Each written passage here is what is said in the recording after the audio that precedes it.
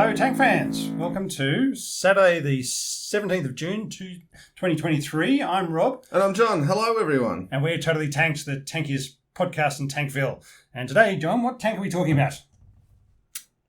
The Stuart. The Stuart. The M3 Stuart light tank. Also, sometimes the M5, and we'll get into the discussion about that.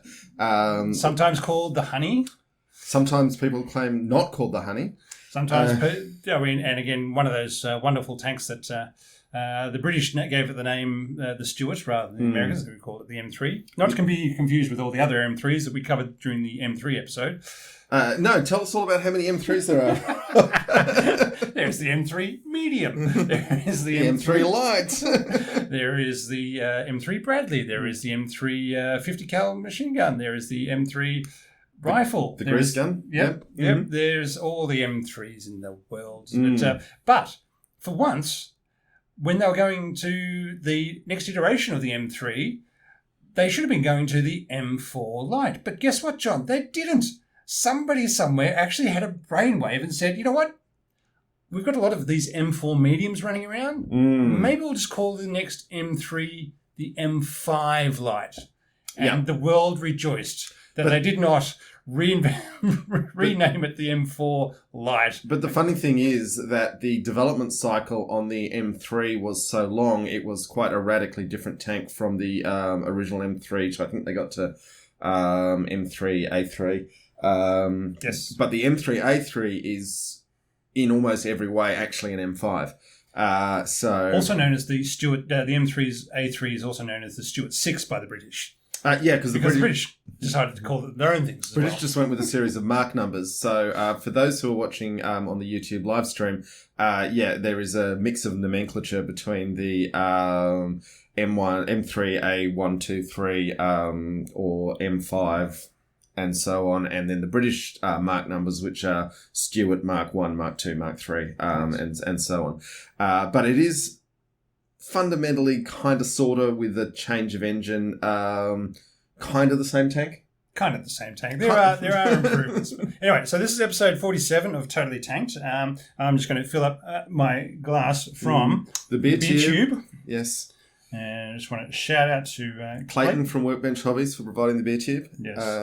And while we're shouting out people, Rob, who should we also shout out? Wonderful, wonderful Patreons. Yes, we should shout out the patrons. We picked up a couple more. Jamie Stokes has come on board after being a fan. Thank you, Jamie.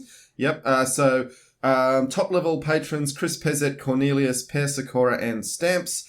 And then moving on to the entry-level patrons, we've got Full Stop, Brian Jenkins, David Mulvaney, Floaty Burb, HMS Inconceivable, James Peters, Scotch 12, Steve, our wonderful guest, Jamie Stokes, Eugene Fartmaster, Carter Heller, Scotch 12, Spencer Davis, Vikram Murthy, and Anton Gurbanov, who has just joined us. So welcome everyone. Welcome, Anton. And thank you for joining us. On the live feed, we've had some hellos from Philippine Dreams is in from the Philippines. Reckons they've got the best tanks in the world. Water tanks, but best tanks in the world. Tasman has joined us again from Sydney. Good to see you again, my friend. And Alan Desmond, the irrepressible Alan Desmond, is also with us, which is fantastic. And I'm sure there'll be other people joining as we go.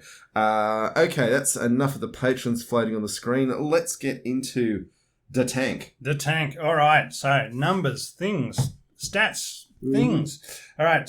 Number produced. It was produced from 1941 to 1944. They made 22,744, supposedly. 15 tons weight. 16 feet long.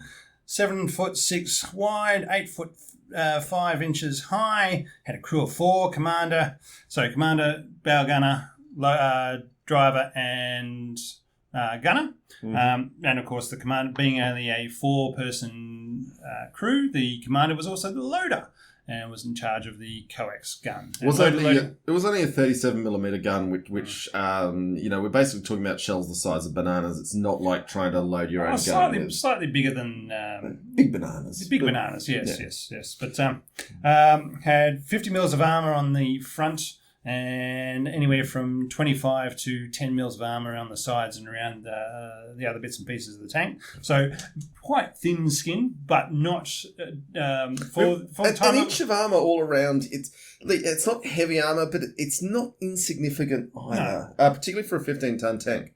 And Max has joined us from Michigan. Thanks, Max. Mm-hmm. Glad to have you here. So, yeah, look, it doesn't have a lot of armour, but it was equivalent armour for the other tanks running around at that point in the war when it was first introduced. And quite a good slope on the front as well. It should be noted for that. Well, except for the shot trap of the drivers and the assistant drivers' hatches, which really were just flat bits of metal that any round smashing into them would take out those two guys. Yeah, look, I mean, you'll see with Stuart's, about half the times they're in photographs, what look like they've got Dumbo ears. I think the Japanese actually call them Jumbo.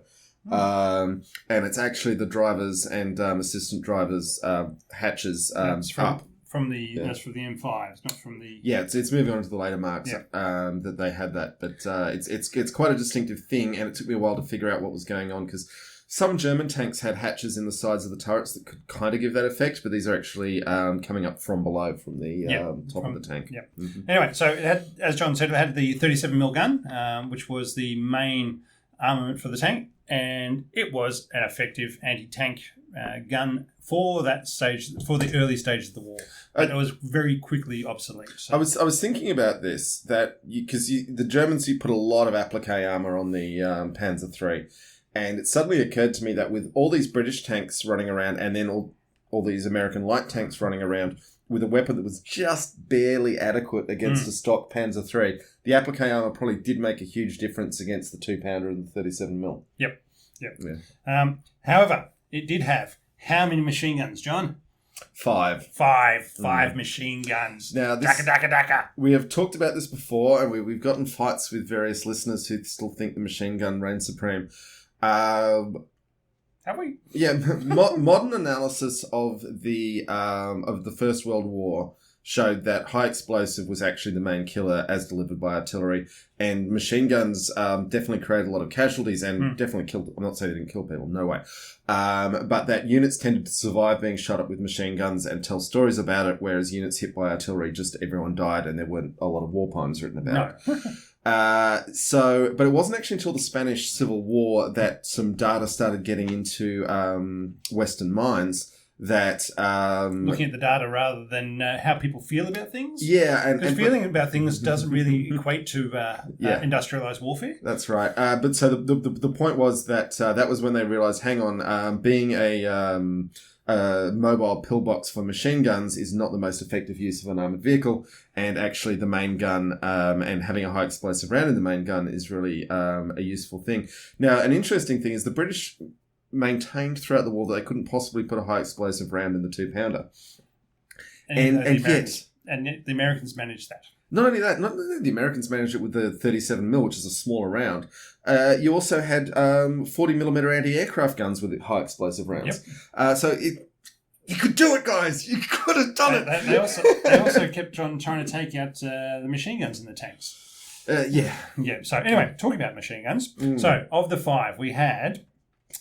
Sponson machine guns. You had Sponson. Now they were on the sides, but they weren't actually side facing. They were forward facing. Forward facing in the sponsons. Yeah. So if you look at the images of the tank to the left and right of the turret on the hull, there were these little boxes of where machine guns would be fitted into. So one on either side, facing forwards, controlled by the driver, who could then slew the tank around from side to side and throw out 30 cal ammunition as they felt like. These quickly got removed from the tank, and the holes where they were welded up. And on the later versions, the gaps weren't even there because they'd sloped the armour all the way up. Sloped the armour and created stowage for the crew, which was significantly more useful than 2 machine guns no one could aim. Welcome to Scale Model Cinemas from Adelaide. Thanks very much for joining us. And yes, Philippine Dreams, the beer tube is depleted, but there is still 32 ounces left. There was a lot of froth at the top of it, meaning that we couldn't actually put any more in. But don't worry, we have strategic reserves that we'll be deploying as directed by the commander. We are not the sort of men to start a beer podcast, a tank podcast without sufficient stocks. I'm all about the logistics. Anyway. And for folks on the video feed, I'm just going to note Rob has turned up in one of our wonderful T-shirts that... see-through. Hey, this is how I lose weight. Yeah. That it has beautiful green men jumping out of a universal carrier with the end result that... I'll get some more T-shirts, Stuart. Okay. Rob has a sucking chest wound. It's a weight loss program. Okay. So the other machine guns we had in the tank, we've got a 30 cal for the bow gunner, for the assistant driver. It's 30 cals all round, all these machine guns. Oh, no, they could fit and a 30 cal coax for the gunner to fire, loaded by the commander, and also a 30 cal anti-aircraft in a pintle mount on the back of the turret, which could be swapped out for a 50 cal if they so desired. So it was one of those things that they could put in place. So again, lots of machine guns. As we've discussed in the past, the anti-aircraft mounting on a tank is more to provide muzzle flash to scare pilots than it is to actually hit anything. Well, it stops if you've got. I still say if you've got a road full of tanks driving down it, and somebody comes along and says, "Well, a plane comes strafing down that long line." Yeah, you can make them actually not come down your line and shoot you up. But my point is, you might actually achieve more effect by firing blanks with a bigger muzzle flash than you would actually shooting little bits of lead that are never going to hit the thing. Alrighty. But you never let them know that's what you've done. So it started out with the Radial 7 engine. So whereas the M3 and M4 had the Radial 9, it started out with the Radial 7. It's really kind of fun how...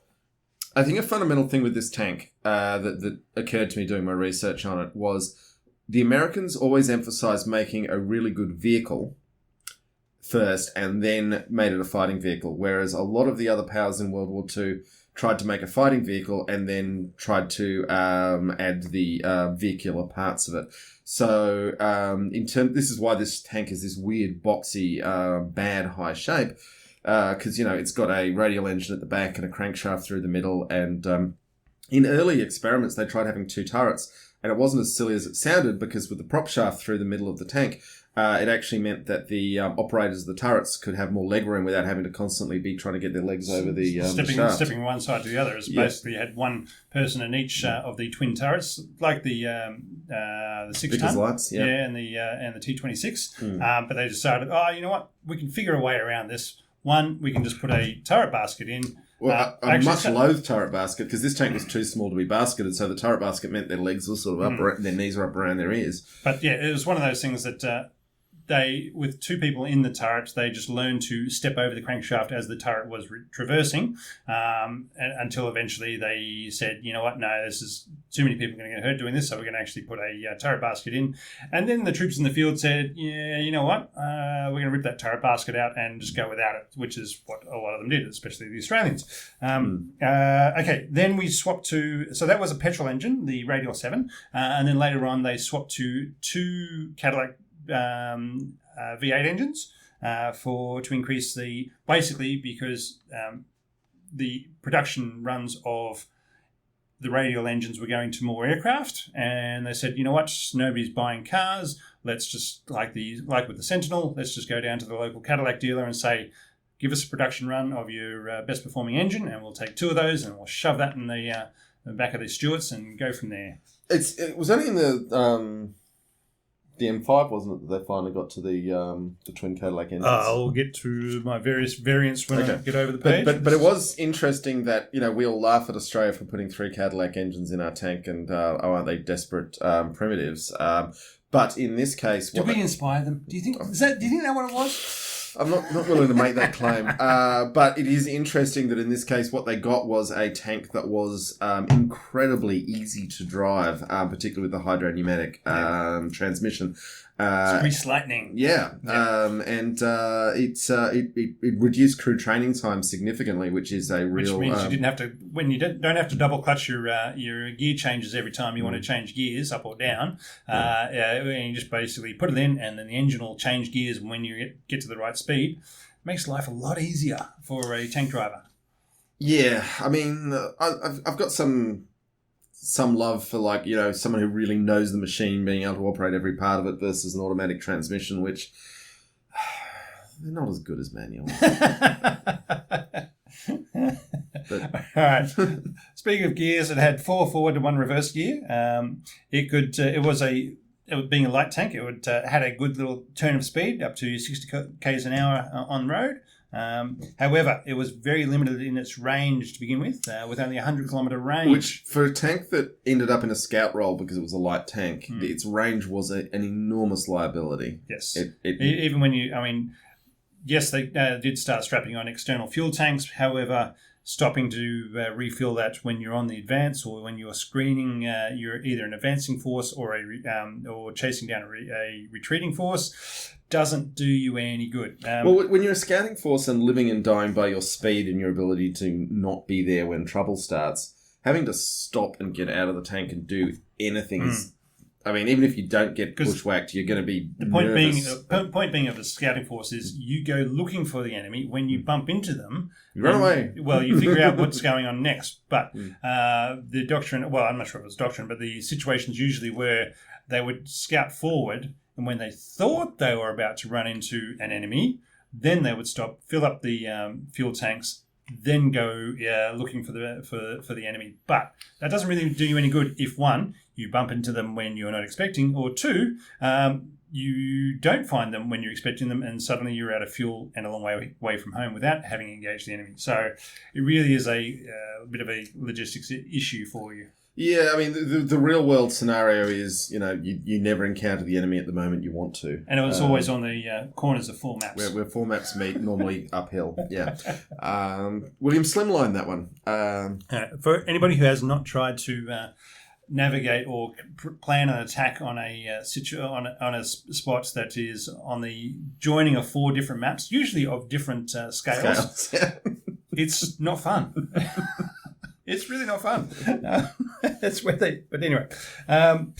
Okay, so with the M3, they built just under 14,000 from March 1941 to September of 1943. For the M5, they built just under 9,000 from April of 1942 through to June 1944. So as they landed the D-Day, they said, yep, that'll do us for the production run of that, and they've then gone into the Chaffee production run. So It's interesting how early the Chaffee came in, considering how long the post-war life of the Stuart was, which comes back to my old favourite, the best tank is the one you got. Yep.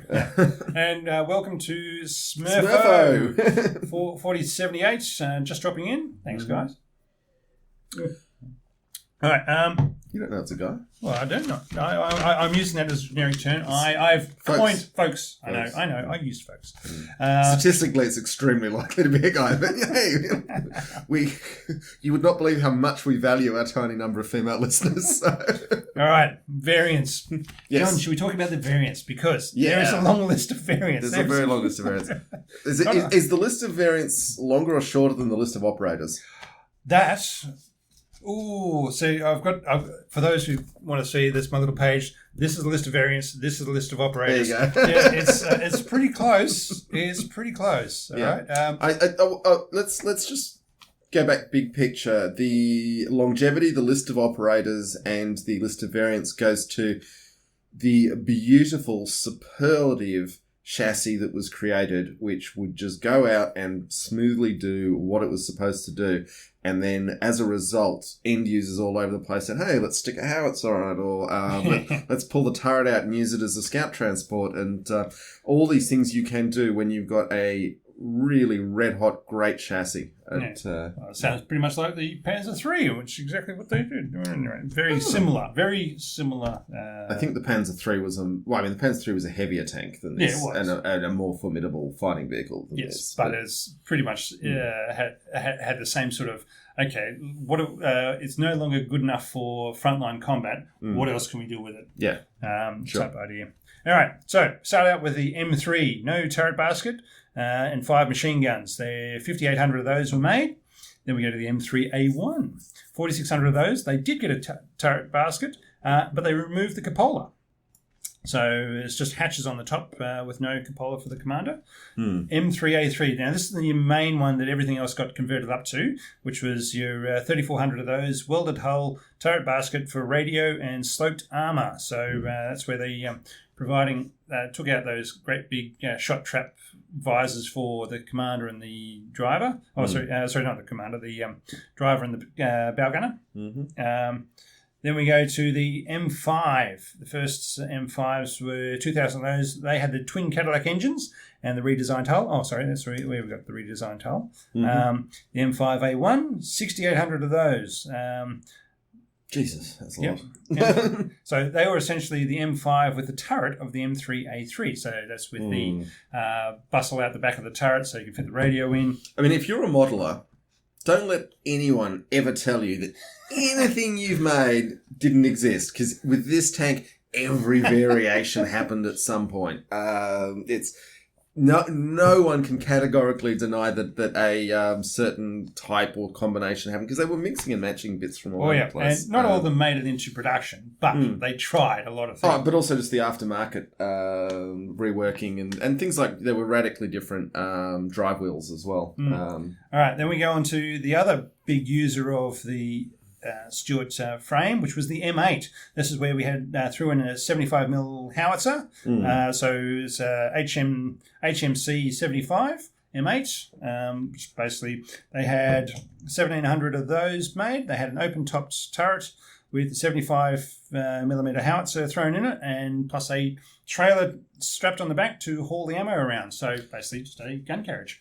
Yeah, that's a really interesting one, because the 75mm howitzer is getting to be a pretty anemic howitzer. But at the same time, as a mountain gun that can get into places where the big stuff can't, it could literally be a game changer. And you were keeping up with the armoured advance is the main thing. It's why you put any sort of gun into a tank chassis, is to say, howitzer or artillery piece into a tank chassis, is so it keeps up with the armour. Then we go on to the T6 recovery vehicle, which was not implemented. So basically with a crane and winch type arrangements. The T16, which had a 4.5-inch self-propelled gun, was not implemented. So it was a direct fire, essentially anti-tank gun. The T18 howitzer motor carriage, again with a self-propelled gun, only two of those built.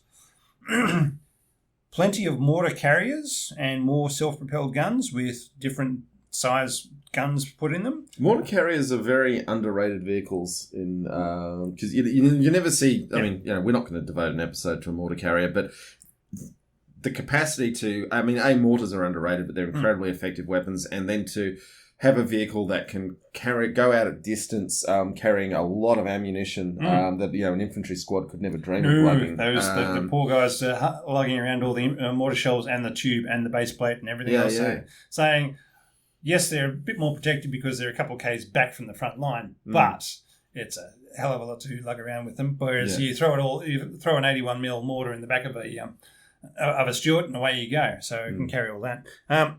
Tracked utility vehicle. I mean, we've talked about with the universal carrier as well. Alrighty. You've also got chemical mortars, so throwing out your tear gas and other sorts of horrible things to people to make sure that they don't raise their heads and have to carry their gas masks and have a miserable day in their gas mask. You had a 105mm howitzer version. Again, they tried it out and said, yep, this is a good sized gun, but they'd already had other tanks, the Lees with the Bishop, I want to say. Bishop? Or was that the Canadian version? Okay. Throwing out 105mm rounds. Then you had the anti-aircraft versions with the 450 cals thrown on the back of it. Which apparently they discovered were quite terrifying just in an anti-personnel role. Oh, of course it is.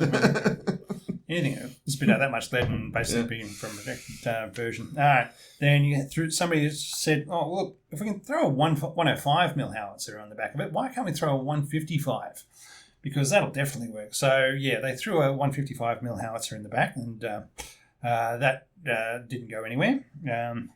Again, a lot of these things they found they would redesign the hull, take out the driver's hatches and bow gunner's hatches, and then they'd put a turret on and they'd put a big gun on it, and they'd say, you know what, it's very front heavy, and it would just basically fall over as soon as it started going down a slight slope because it was all too much weight going forwards in the tank and they couldn't balance it out. Then they had another anti-aircraft version with the 40mm Bofors strapped on the top. Then they had another anti-aircraft version with quad Oerlikon guns, Yeah. 20mm quad guns. Mm-hmm. Then they had the command tanks. Mm-hmm. They had recon versions. Now, one thing I like, it's an interesting one with the command tank because the command tank was obviously not a regular one, and this is one of those moments that people learned. Your command tank, even if it's got literally a dummy gun coming out of the turret, you do not want your command vehicle to look different to the regular vehicles. That's a quick way to become a shot magnet. Yeah. Or have too many extra aerials sticking out the back of your Yeah, no extra aerials. No. Right. Now, you had a recon version. Now, I'm not sure exactly what the difference was, the recon version. I didn't see it. At least one of the recon versions that we've got pictures of in the slideshow literally didn't have a turret and had a squad. It looked like 5 dudes because jumping out. That's what I was going to get to. With the you had a light mine exploder. What a terrible job. It could be used once. If I'm going to be a mine exploder, I want to be a heavy mine exploder. You had a number of flamethrower versions, which is always good. The Marines especially made use of them. There you go. I think that's a recon on the screen there. Anyway, you had the Marines. They had their own version created for them for the CBs, and they called theirs the Satan, as it spewed out flames from the bow gunner's 30 cal position.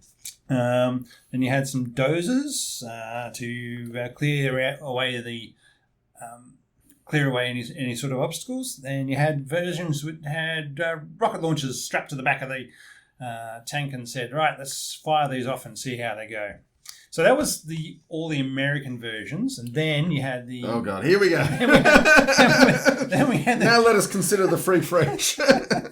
Then we had other versions. Okay, so then we have the UK. They had the command version, their own command version. They had the Kangaroo, which is the armed personnel carrier version. So they ripped the turret off and said, you know what, jump at the back, boys, and you can leap out just like the universal carrier, and away we go. Then just using it as a artillery tractor to tow around artillery pieces. Then we get to Brazil. For those who don't know, Brazil had plenty of them. I'm going to say now that it is almost a villain's gallery of all the worst causes in the world that the Stuart fought for in the post-war environment. Oh yeah, no, we'll get to that. We'll get to that. If there are terrible people doing terrible things, they're using Stuarts.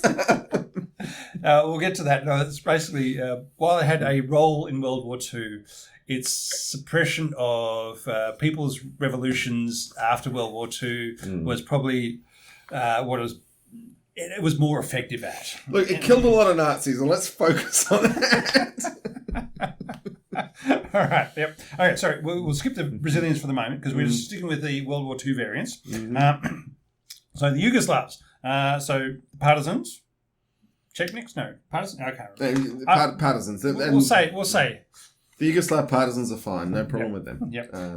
Okay. So again, when the turrets started dropping off theirs and they didn't have parts to fix the turrets or go or keep going in their war against various oppressors, because we're going to say who they were shooting at all the time, they said, right, we'll rip off the turret and make them into a mortar carrier.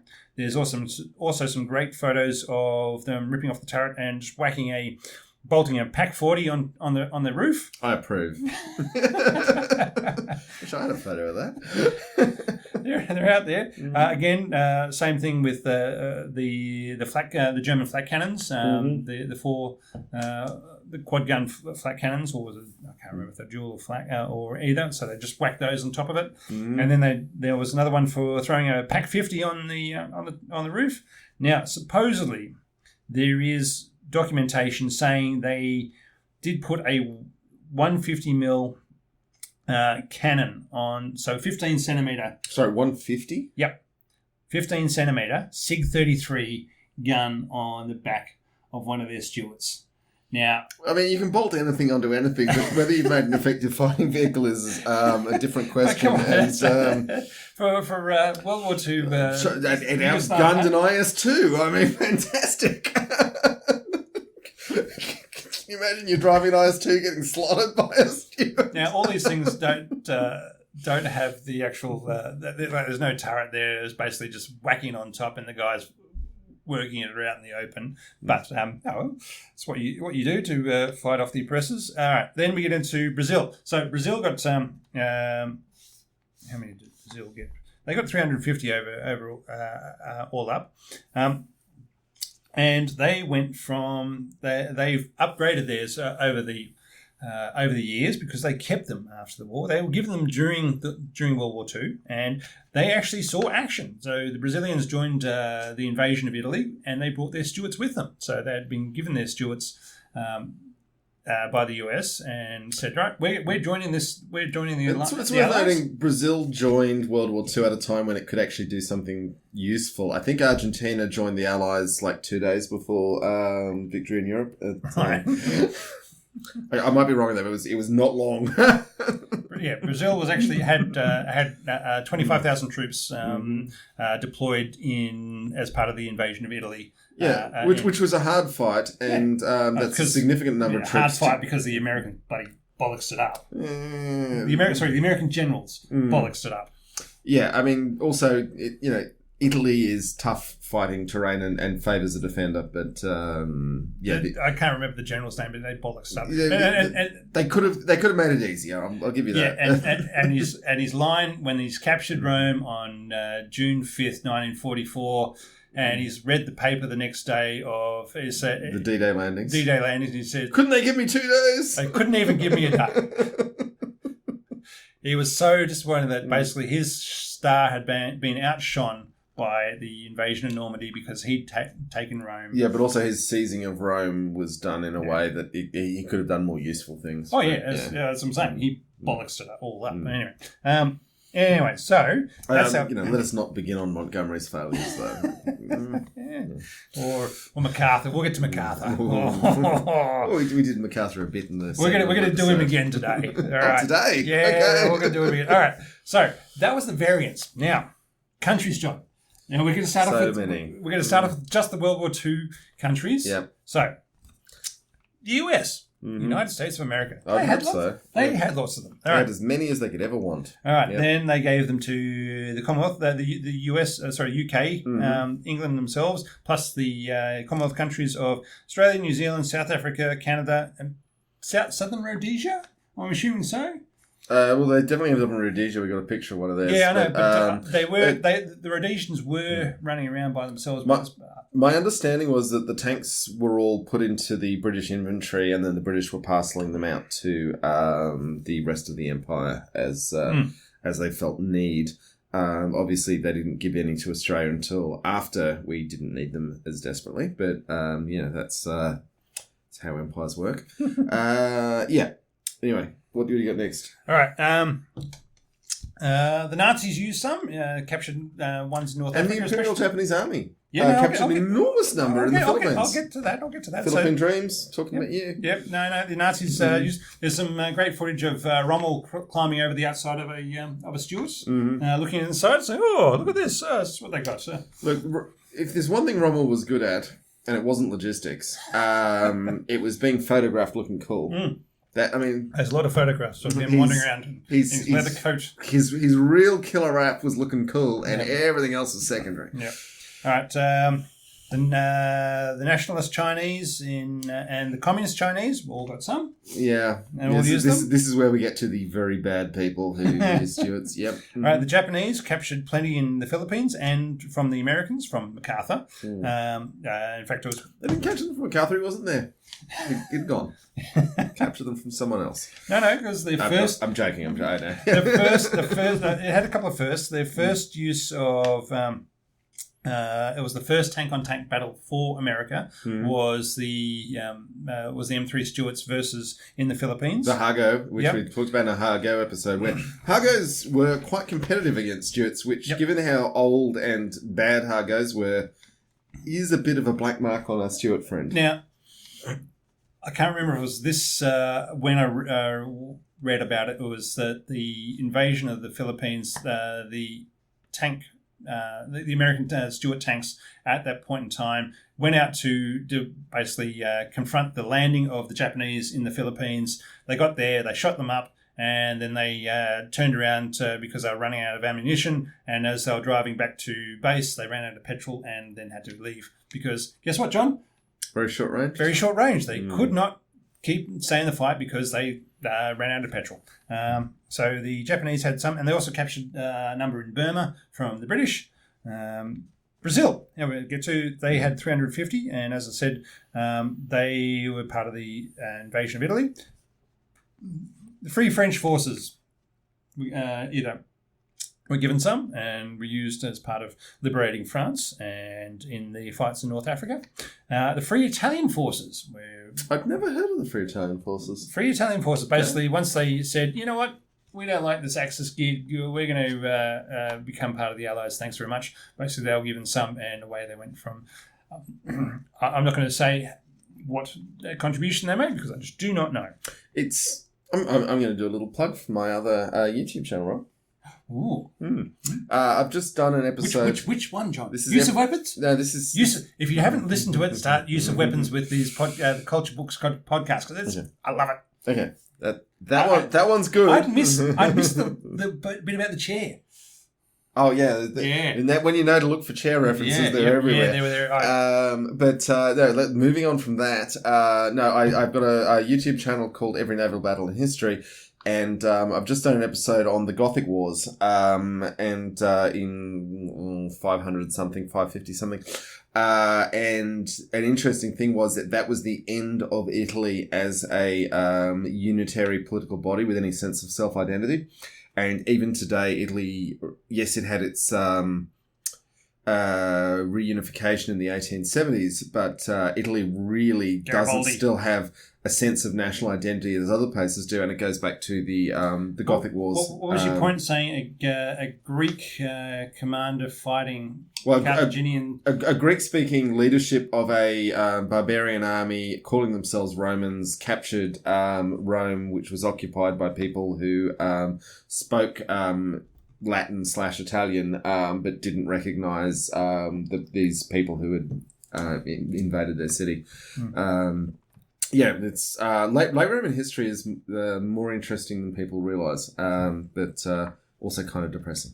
Anyway, history also kind of depressing. All right, the Soviets got given 1,600 Stuarts as part of Lend-Lease. The Czechs managed to either get given some, captured some, or I'm not sure what they're. Same with the Yugoslavians. They were given them by the Allies. Basically, there were ships coming off the coast of Yugoslavia and dropping them off, and away they went from there. And or the kingdom, sorry, not the kingdom, Hungary. Mm-hmm. It was the kingdom of Hungary. Mm-hmm. As part of the Axis. Don't get messing with the Hungarian king, man. Well, I didn't write it down, so I could be totally wrong about all this. Mm-hmm. But anyway, they captured them from the Soviets and or given them by the Nazis. Romania, same thing. They captured them from the Soviets or they were given them by the Nazis. So that is the World War II countries who were using M3 Stuarts in all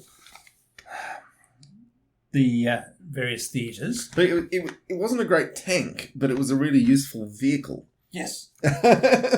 And we'll get after World War II. Yeah. Then we get to, South America. So you had Bolivia, Chile, Colombia, South and Central America, Colombia, Cuba, Mexico, Venezuela, Dominican Republic, Ecuador, El Salvador, Guatemala, Haiti, Uruguay, Paraguay, Nicaragua. And guess what? Mm-hmm. Paraguay are still operating theirs. Or is it Uruguay? Hang on. Oh, Don't mess them Oh, up. no. Oh, no, Rob, you have to apologise again. I want to apologise to everybody.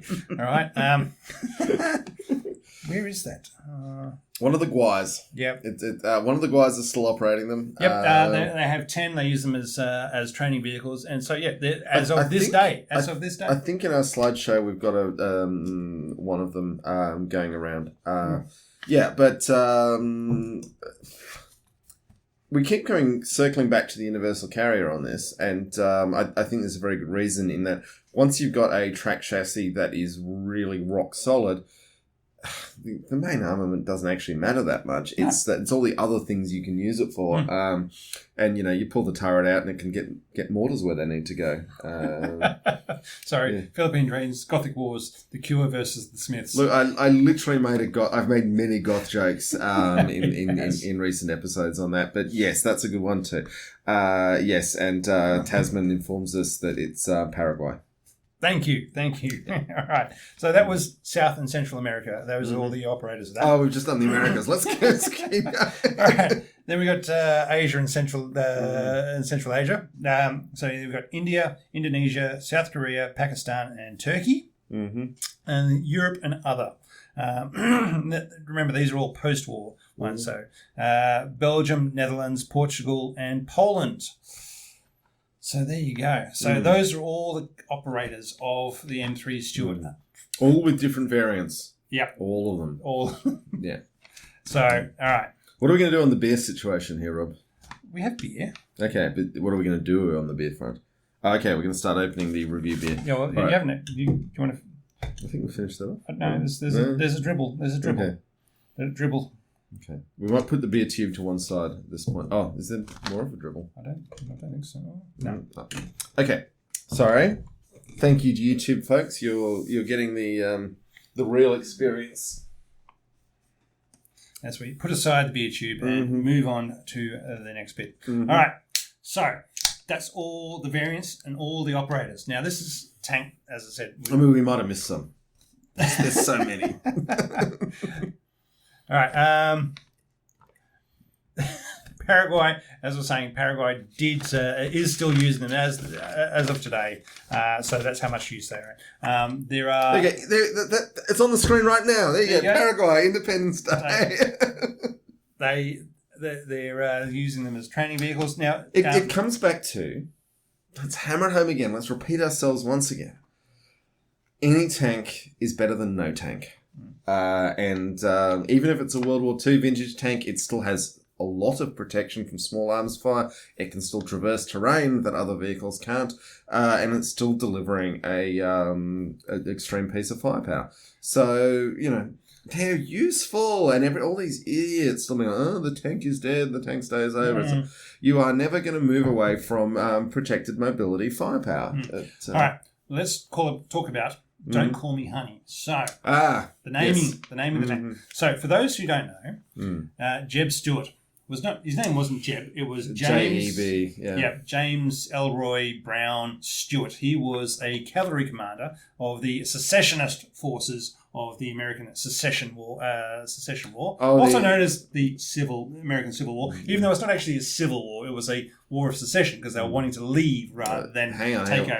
Where are you going with this? I'm going to stir them up. Okay, so sometimes called the Late Unpleasantness, sometimes called the War of States' Rights. No, it was a bunch of slave-owning bastards wanting to maintain their privilege. Damn Democrats, John. At enormous Damn suffering. Democrats. Yeah, it was the Democrats. The Democrats are a party of bastards, also the modern Republicans. Politicians aren't nice people. Let's remember when the British started giving these Civil War names like Lee and Stuart to the tanks, all the American bases were still named after Civil War generals, Confederate Civil War generals at that. They're only being changed right now. They're literally, this year they're starting to say, hang on, why are we naming our military bases after people who fought against their country. So tried to overthrow their own government and fought against the country, and were never prosecuted for it. Just remember that, boys and girls, never prosecuted for it. I think the commandant of Andersonville, the POW camp, was prosecuted, but only because he killed many tens of thousands of Union troops. Anyway, we'll get on to prosecution of criminals. War criminals. Oh, we've got that coming up. Second half of the show is jam-packed. We won't hold back. Anyway, Jeb Stuart was a cavalry commander in the American Civil War for the South, and that's why they named it after him. He fought a dashing campaign in the Shenandoah Valley, but at the same time, he badly let the Confederate Army down at Gettysburg, which is when it really mattered. I think the jury is still very much out as to whether Jeb Stuart was any good or not. He burned bright and fast and was dead at 31. That's the important thing. Why are we still lingering on, Rob? Anyway, but also the "Don't Call Me Honey." So the designation of being called a honey tank was supposedly. When it was delivered to North Africa and was provided to the Commonwealth forces there, they went for a bit of a jolly ride in the Stuart, and one of the drivers, lieutenants, South African lieutenants, jumped out of the end of it and says, "She drives like a honey." And now, I've got a Bruce and Sheila joke I need to tell you, Rob. Yep, tell me. So, our Australian audience will know who Bruce and Sheila are. No. Australian audience might be unaware of Bruce and Sheila jokes because you have to have English cousins to tell you Bruce and Sheila jokes, because a bit like Polish jokes or Irish jokes are not that popular in Poland or Ireland. No. Bruce and Sheila jokes are not that popular in Australia. But here we go. So Bruce and Sheila, a pair of Australians, are on their honeymoon and they're touring Europe and they're in a hotel. How's it going? And they go down to breakfast in the hotel and they get put on the honeymoon table with a American couple and a English couple, and the American looks at his wife lovingly across the table and says, "Sugar, can you pass me the sugar?"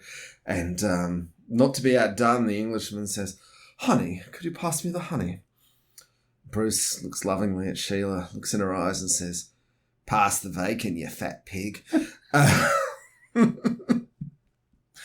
So... As the world over, Australians are known for being a bit crass. Let's face it. Here we go. I got my Bruce and Sheila joke in relevantly. So yes, it is still. There's a lot of debate, and people still get exercised about this as whether anyone actually called it the honey. There were plenty of news reports. I was going to say there's a lot of documentation from the time of it being called the honey. So a bit like the Hetzer. There's still people who get angry about Hetzer's going to Hetz. Yeah. Whether the Hetzer was ever called Hetzer by anyone. It's like, no, there's a lot of documentation to support this. Yeah. Just because it's not, there's no YouTube video saying it is, but anyway. The point being is that, yes, it was called the honey, and it supposedly came from a South African lieutenant who's just jumped out of it and said what a smooth ride it was. It was as smooth as honey. So that's why that came. Smooth as honey, what a honey. The basic point is that it was an unbelievably well-engineered and manufactured vehicle, and that made it extremely pleasant for the mechanics, for the drivers, for the commanders. It was just a nice vehicle to use, and that gets you a long way, even if your firepower's bad and your armor's not great. The fact availability, is an underappreciated part of military vehicle design. It's not a Crusader. It's better than the Crusader. We're going to have to do the Crusader. So, we will. All right. Or just the Nuffield engine. Here is a complete failure. All right. So first used by the Commonwealth forces in North Africa for Operation Crusader from November to December 1941. There was 170 of them had been provided. Along with the M3 Lees /Rants. Compared to the abominations that were British tanks in this period. Besides the Matilda II. Besides the Matilda II. But even the Matilda II's engine, at least it was a diesel. The abominations of the British cruiser tanks, this thing would have... Which... the Stuart's 37mm gun was, close enough to the British 2-pounder. just a tank that the engine didn't constantly vibrate itself apart would have been such a difference. But there were a number of times during the operation High profile, yeah. Where the lack of petrol, lack of range on the tank meant that the German Panzer 3s and 4s were able to get away from situations because they would just outrun them from distance. The Stuart was faster, but it couldn't go as far. And so while they stopped to refuel, the Germans were able to evacuate and retreat from whatever situation they're in and get away and sort themselves out and reorganize themselves. Whereas if the Stuarts had a more fuel availability and basically longer range, they could have taken on the Panzers when they were disorganised in retreat. All right, so there was, as I said, the first tank-on-tank use by the US in the Philippines in December of 1941. They didn't do particularly well. No, because there were only a couple of them, and as I said, they ran out of petrol. But losing to Hargos is well, it was that's humiliating for any tank that isn't more than FT. There was also the naval bombardment and all the infantry around, whereas they were running around by themselves. I get there's extenuating circumstances. I'm just saying that when the Hargo is looking comparable to you, and the Hargo was a mid-1930s design, and also, it's Japanese armor. It's not great to do badly. I would note we've got a poll going on the YouTube live stream, and at the moment it's 56% saying the Stuart was okay for what it was, and 44% saying it was awesome. So as opposed to, say, the Leopard 1, which was overwhelming last month, this is a much more contested. I'm sure the numbers will go up and down as we discuss it, and we provide more information to our viewers to say yes. And here are all the ways. I mean, Philippine Dreams noted the Stuart was not a good military tank, but it was great for crushing popular uprisings in developing nations. We're going to get to that. Which we are going to get to. And like I said, it fought in appalling causes. But you don't always get to choose your causes when you're just a tank. No. Tanks don't get to choose where they fight. The first main use of it by the US was at Chowigi Pass, where you had 30 M3s took on 12 Panzer 3s and Panzer 4s, 6 and 6 of each. It was the first US versus Nazi engagement of tank battle, where the US battalion company snuck up on the Panzers, who didn't realise they were there, and basically shot them up from close range from the sides. Managed to kill 7, but however they did lose 6 M3s. So it was a fairly good engagement for the first time for the tanks by the US, but it then led into Kasserine Pass, where everything did not go so well as for everybody. Just remember with Kasserine Pass, the Allies actually won that battle. But I'm not saying... battle, but not... sorry. Yeah. It was a debacle, and I'm not going to shy away from that. But, the Germans did actually have to withdraw after Kasserine Pass. Right. So this gets back to... And there was a big change from the activities in North Africa. There was a big change from the doctrine employed for the light tanks. So really what they did learn from it and said... At the beginning of North Africa, the US was putting them forward as a battalion of light tanks and to carry out whereby they would be fast, mobile, and would go forward, engage and contact the enemy and engage the enemy's tanks by themselves, without infantry, without any other support. And that was their role. They quickly learned that this was not a good use of the tanks, and they said, right, we are no longer going to put them forward as a tank battalion. We're going to parcel them out in support of other medium tank battalions, and so they would be the recon / scouting / flanking, cavalry, recon, screening forces, scouting the enemy, and basically anything that did not put them in direct outside of their support of from other elements within the tank battalion. So they would be a squadron within a tank battalion, whereby they would run around the front of an advance to make sure so that when the enemy was to contact the enemy, and once they were contacted, they would then pull back and say, we know where they are, and allow the M3 Lees and M4 Shermans to come up and actually engage the enemy from there. So there was a learning curve there for the Stuarts, basically changing them from we have a battalion of light tanks. We're going to throw them forward and let them engage the enemy too. Yeah, I mean, using them as a battalion seems like overkill. I wouldn't deploy these things in more than a platoon, but. Well, a squadron of 19, don't they? Yeah. Oh, I was thinking bringing them down to groups. They probably were used that way, but depending on the sort of advance. So there was a change, and they learned that pretty quickly after North Africa of saying, this is how we're going to use them. We're no longer there to say, put them forward like this. But so they had a number of different roles within that of being able to trying to exploit gaps in the enemy lines. If the enemy was retreating, trying to basically harry them along, or if they were or flanking, or basically going parallel with the enemy when they were retreating, because once after Kasserine Pass, basically everything was on. The Germans were on their retreat, so it was using them for that. But we'll get to North Africa. Wasn't the only place that we used, John. Yeah, just noting the time, we've got quite a good halftime show, and quite a lot to talk about in the second half, and a rugby game later today. So we're going to motor through, I think, the this bit, but all right, hit us up. They during World War II, they were used in the Philippines, North Africa, the Eastern Front, Sicily/Italy, Burma, the Pacific Islands, Papua New Guinea, France, Germany, and China. So it was used in all those areas within the war by various countries. Other wars.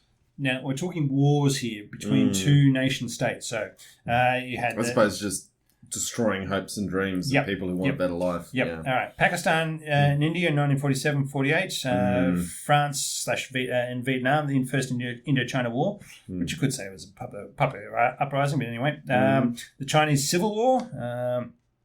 The Korean War, the Football War of '69. Now, have you read about this one? That's your Guys, isn't it? Yeah, well, no, this is El Salvador versus Honduras. Yeah. Okay. So, in the qualifying for the 1970 Soccer World Cup, El Salvador was playing Honduras, and they played the first game in Tegucigalpa, and then they played the next game in El Salvador. And El Salvador, the Honduras won the first one in their capital, and then the El Salvadorans won the second game.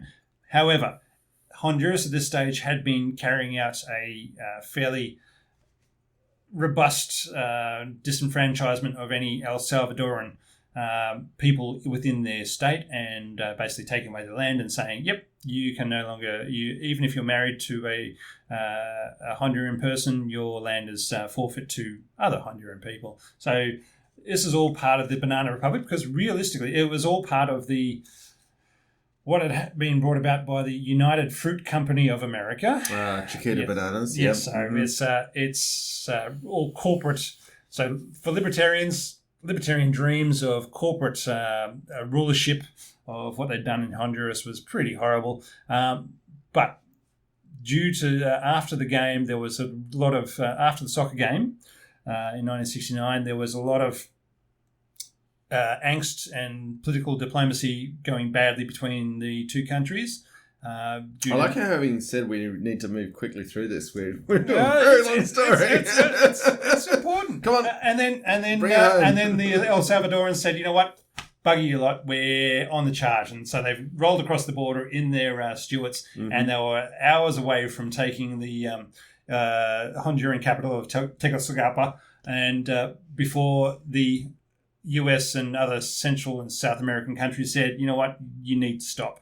And so the war was basically, it was a 100 hours war, and it was following very soon after a soccer match, and went from there. The third match, so El Salvador did make it through to the the Soccer World Cup, and lost in the first round or something from there. Anyway, so that was that one. Then we have the internal revolts and revolutions. Okay. You have the Hook Balahap rebellion in the Philippines, which, again, I think we're about to get a message about that. But there's people supporting the the mountain villagers supporting the fighting against the Japanese in support of the American troops during World War II felt very disenfranchised by the American forces and the collaborators with the Japanese forces, the landowning collaborators with the Japanese forces after the war, and saying, well, we're the ones who fought with you, and these guys actually collaborated with the Japanese. Wouldn't you like to? No. The American forces and the entirety of the Western Pacific has these stories of, particularly South Korea is the leading example where the collaborators with the Japanese ended up being the only people the Americans could cut a deal with after the war and being given enormous support. It's.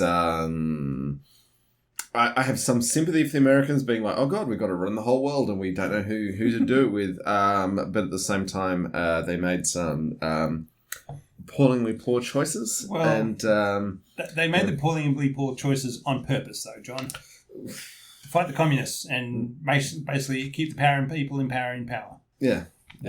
And keep the money flowing. Yeah. The United Fruit Company is not picking those bananas themselves. No. No. They need the slaves. Yep. Yeah.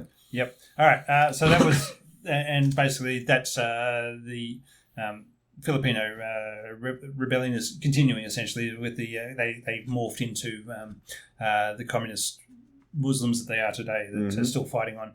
All right, Indonesia. There's about 6 very different uprisings there. Yeah, so first off, but mostly in terms of the use of the Stuart, it's the Dutch trying to keep Indonesia down, and the British. The British were there and part of the insurgency. It gets incredibly complicated. I mean, Australia and the British played it's at times a moderately admirable role in helping the Indonesians, and at times not at all. No.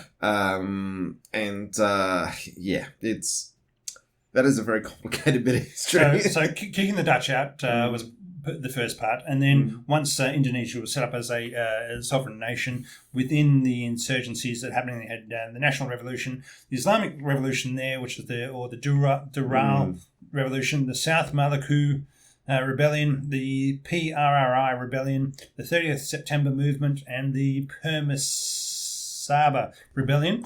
These are all different revolutions on different islands from people not wanting to join the military, who were part of the Dutch military, and then not wanting to join the predominantly Muslim Indonesian military, and all sorts of various bits in between. You have the issue in Indonesia that Java dominates the entire archipelago with its own culture, and that's not a particular criticism of Javanese, but just that it is an enormous archipelago with lots and lots of different sorts of people. And then the Aceh, the island of Aceh, is very much strongly Muslim than the other parts. But combinations of Hindu, Buddhist, and Christian. Yeah, but Aceh, Flores, Bali, Irian Jaya, and they're just ones that I happen to know about off the top of my head. It's a huge archipelago, lots of different sorts of people. Java dominates it because it's where the most people are, but there are issues. And then you got Dayaks and their head takings. Yeah. At least they use the internet to keep track of the league tables. Yeah. We've talked about it before about the Sea Dayaks versus the Hill Dayaks and who can take the most hits. All right.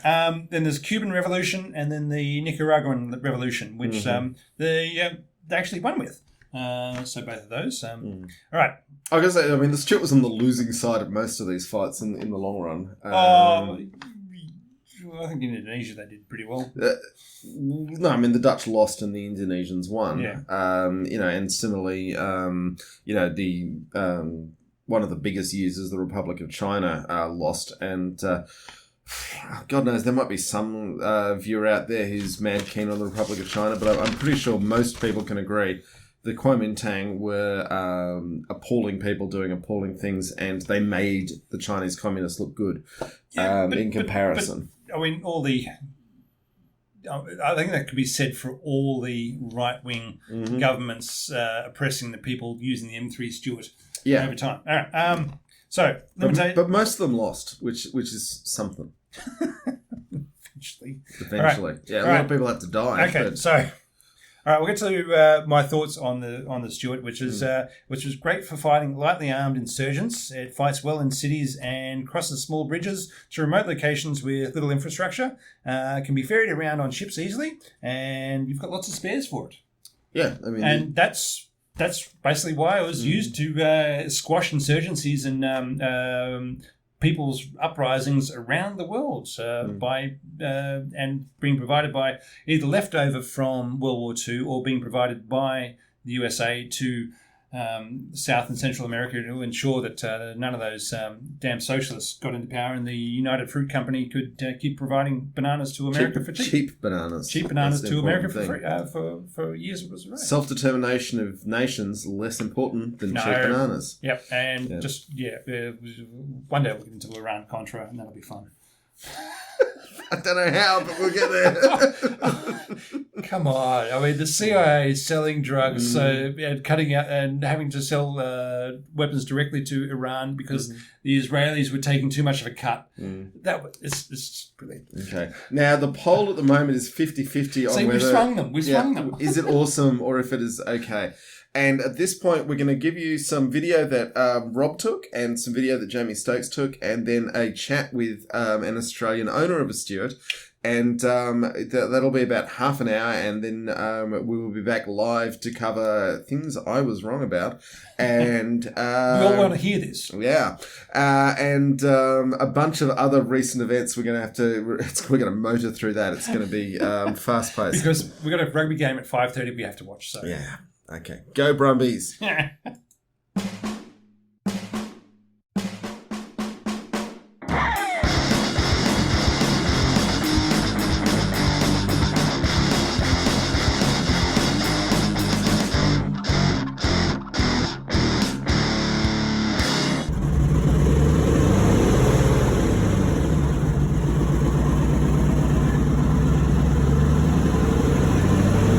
So we're joined by Graham, also known as XA Coupe Guy, who has over 1 million YouTube downloads. So he's doing us a favor by being on the show. And Graham, tell us about your tank. Right, got me off guard there. What could we have been wanting to talk about? It's an M3. Where did you buy? Where did you? Hmm? I was about to say it's an M3 Stuart. Where did you buy it from, Graham? I got it from a local guy about an hour and a half away from me called Colin Jones. And you're in he's South a bit Australia, he's a bit of a military collector as well. He has a couple of pre-war Vickers tanks. Yeah, so Vickers lights. Yeah, you got two of them. Okay. And this is it was in a field in South Australia we're talking about then. No, he'd collected it from country New South Wales or near Oberon area. And I think he got it from, if we go back far enough, there's a bloke called, what was his name? Oh, there was a guy up in New South Wales who was into gold mining, and he bought a whole bunch of Cole Rebo, that's his name. Probably most people in the tank community might know him. And he had them and converted them into diggers to dig up gold and yada, yada, yada. And mine, I have a photo of mine with a big diesel engine and sort of modified contraption in the back of it, sort of full tractor spec. And that was there. And I think it broke, and that's why it got sort of left behind. And then obviously 20 years goes past, and then it goes to another person who was using it as a gate guard. And then Colin bought it in about 2010 and shipped it back from New South Wales, and he sat on it for about 10 years, and I bought it off him. And now you're doing it up, and people can see your restoration on your YouTube channel. I thought, not a bad place to put it. Yeah. No, it's excellent content. Although you do normally do car restorations, don't you? That's your main bread and butter. Yeah, cars, old Falcons and rust repairs seem to be the 90% of the time, but because I am actually a fully qualified panel beater, believe it or not. And I've done my time in the trade and the crash shops and stuff like that, and that's an eye-opening experience. And then I thought, well, I video half of what the cars are, and I like making videos, so I thought, nobody seems to be filming any real tank restoration set for Cairns Mob, and Bovington were doing some workshop monthly videos, and they sort of stopped doing them, so I was a bit bummed out by that. So is this your first tank, Graham? Yeah, yes, it is. And do you have a name for it, or did it come with a name? I don't think this one, because this one is a fairly rare beast, because it actually is one of the few Stuarts that actually saw combat in Australia. Like Australians didn't really send fight tank battles or anything like that, as far as I can tell. Matildas, there are some out there that have seen combat, but only about 20 Stuarts with the Australians ever saw combat, and they went to Papua New Guinea, and that's one of them. And if you Google Stuart tanks in Papua New Guinea, in Buna, you'll find a photo of my tank really easily. Well, it's a Buna. Wow. Okay, that's a bit of history then. It's got its hull number is 1554, and they're all painted on the side, and the the censorship scratched off all the numbers and stuff on all the photos. But there's a guy named George Silk who was a photographer at the time, who had his own camera, and he snapped a lot of photos of tanks and didn't take the censorship off, and that's how a photo of mine survived. Nice one. And you were saying to me before that you're going to crank the radial engine for the first time in the next week or so. Well, that was actually yesterday. I'm going to run it. Okay. I'm going to run it for the first time. Well, I've run the engine on a test stand, and now I'm going to. It's in the tank. It's fitted, and it cranks off on the starter button. So next week I'm going to try and see if it runs inside the tank. Cool. And so that's a radial engine. It's a 7-cylinder Continental W670. Cool. And so that's a single row? Yeah, no, it's not. It's just 7 cylinders. It's not 14 or anything. Yeah, okay. So 7 cylinders in a circle. Yep, cool. And petrol, I assume. Oh, yeah. And how does an old 70-year-old engine go with modern petrol? It seemed to go all right. I put 91 in it. Okay. So you give it the good stuff. How long have you been working on the restoration? How much longer do you expect to be going for? It's all financially dependent, really. But I got it on the 14th of May last year, and it was a gutted hull, and now it's probably a month off being drivable. Incredible. And what are you going to do with the tank once you've got it running? You know, I've had that question a lot, and it usually goes along the lines of, that's what I'm going to do to it. I mean, are you going to take it to tank shows, or is the plan to sell it to a collector, or, just drive it around? Have you got some land that you're on there? No, I don't have any land. The workshop's about 30 feet long, so I could go forwards and backwards. I want to take it to Corowa next year, because I went to that just gone, and that was, if you like Willie's Jeeps, that's the event to go to, because there's a buttload of them there. Supposed to be the biggest military sort of gathering in Australia, but I thought it was like, could be better. Too many Jeeps and not enough tanks. Is that what you're saying? Well, there was a guy who had an M4 high-speed tractor. He was and I went with Ron Fry, and he took his Stuart, but he didn't drive it around. He just unloaded it, loaded it back on. 3 days later, so I was like, "Come on, man! You could have done at least a lap in it." Because when you're there, the council will give you a permit to run the vehicles on the road. So you can. That's one of the few events where you can actually run a Stuart on the road legally. So that's my plan. Which year are you going to be aiming for that? Next year or the year after? Next year, hopefully next year, because it's going to be running It's going to be running next weekend, and I've got the brakes done. The tail shaft's being made by a mob that's going to cost $1,200. And I put the brakes in, put 20 litres of oil in the diff, and hopefully it'll move. It's so by the time this goes to air, we should know if it's run or not. If this is coming out mid-June. Mid-June, the tank will be most certainly running by then. Okay, all right. How long a drive from your place to Corowa is it to? Corowa is just inside New South Wales, I believe. It's like literally on the border. So I drove last year. I drove from Adelaide to Seymour, and then went from Seymour to Corowa with Ron. It's a full day journey. Towing a tank behind you will probably take a bit longer, just because everybody's going to stop and want to talk to you about it, take some photos and along the way. Oh, yeah. I assume it's going to be a bit like when my brother owned a DeLorean. You can't go to a survey without having about 200 people come up and talk to you. Nice one. So, coming from a guy who is doing car repairs, what got you thinking about tanks? Do you know Murrayville? in Victoria. Yes. Heard of it? Yes. It's probably the last place in Australia or even the world where there are tanks dumped on the side of the road. And back in the 90s, it basically used to be a tank graveyard. And there was like 15 Grant tanks and Matildas and bits of Churchill and stuff just lying in this paddock just off the side of the main road. You drive past it every time you went from Adelaide to Sydney. And, of course, no fences and stuff. And when you're 10 years old and your old man takes you through, and you obviously go wandering and you can climb in and climb all around and you sort of get exposed to it as a lad and you're doomed from there. So the 10-year-old climbing tanks catching the bug story once again. Yeah, that's how it gets you. Yeah. About 10 years old is the magic age that you get infected with this virus.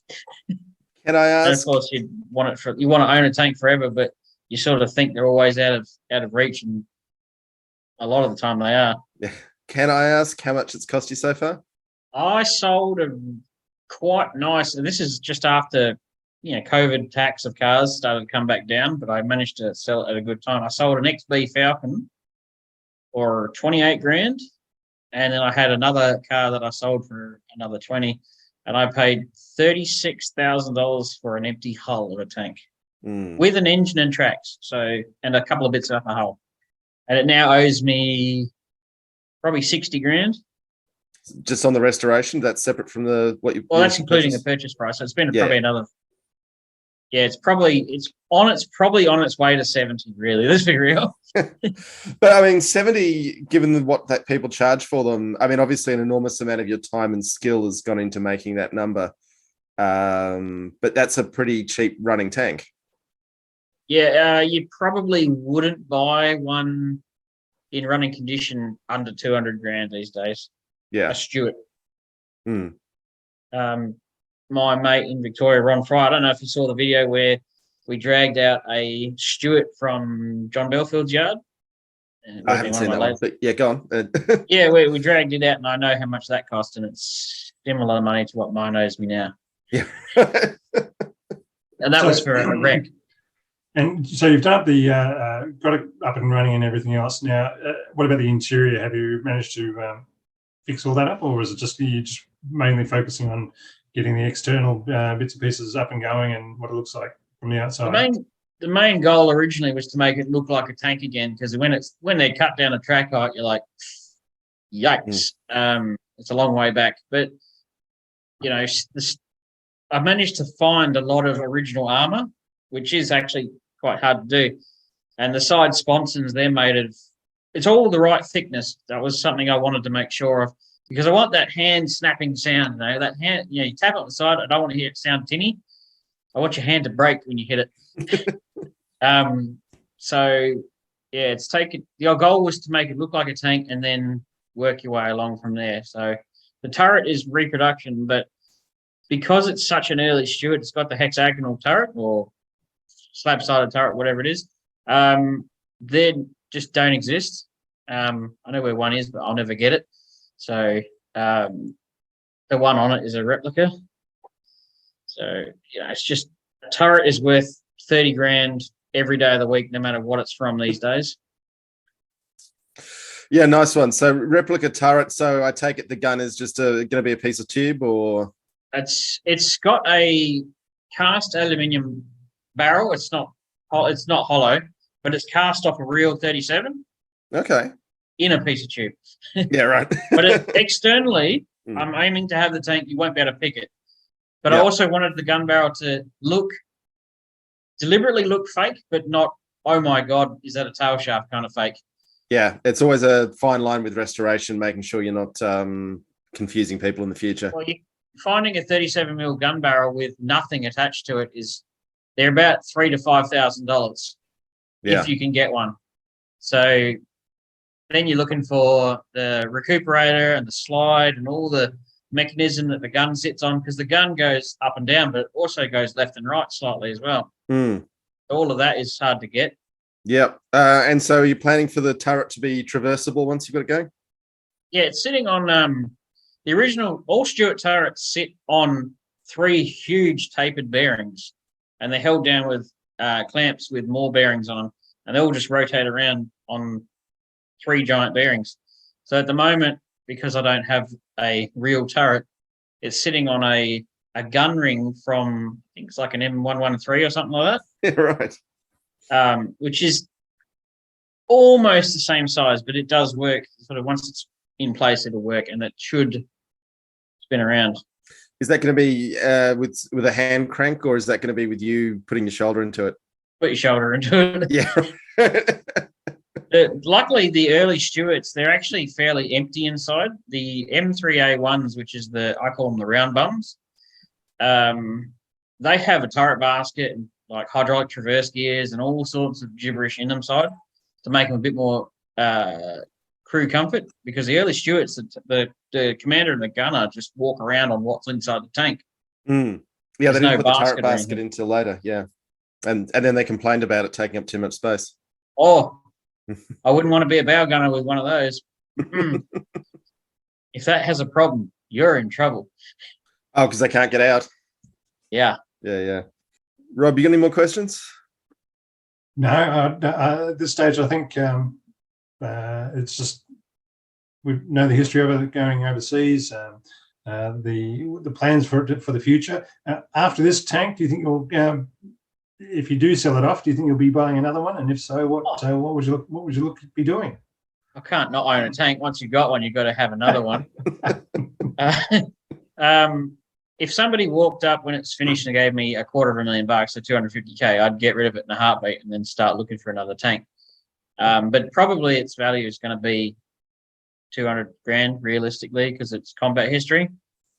I want to get a Grant tank or a Lee, but they're starting to become really expensive. Not to mention the parts are hard to get. But Centurions seem to be quite an affordable tank. Massive, but affordable. Yeah, I mean, they were selling Centurions Army surplus for $25,000 each back in the 80s, which would have been quite the bargain to snap up as a runner back then. When John Belfield did his big auction in 2006, the tanks were like $30,000. They were not expensive. There was a Grant tank that sold for, I think, $26,000 complete, but times have changed. Yeah, I think demand has increased and they've become a little more rare as well. Well, I mean, that's a good question.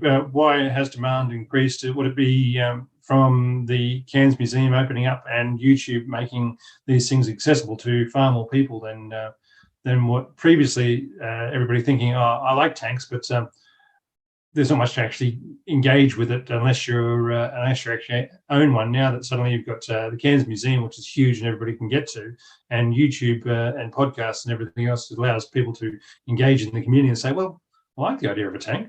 I can afford that, and going out and getting it and pushing up the price. Or is it something else that's come along and made it all more attractive, do you think? It's collectors. They're all, so the tank community, there isn't everybody's got grey hairs. There's me and a bloke named Luke, and we're the youngest tank owners of the whole bunch, and we're in our 30s. Like in 20 years, the tank community is going to be very different because a lot of the people will be dead.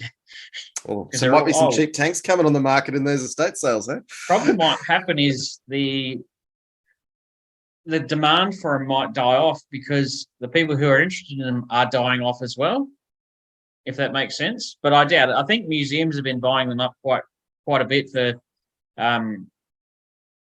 So I know that American museums have been buying a lot of Australian Grant tanks, and that I reckon has been driving up the prices because they don't have it, because the Americans got rid of everything on Lend-Lease, and everything seemed to be in Australia for some reason. Well, we bought 1,000 of the damn things and never sent them anywhere. So, I mean, that's quite a lot of them lying around.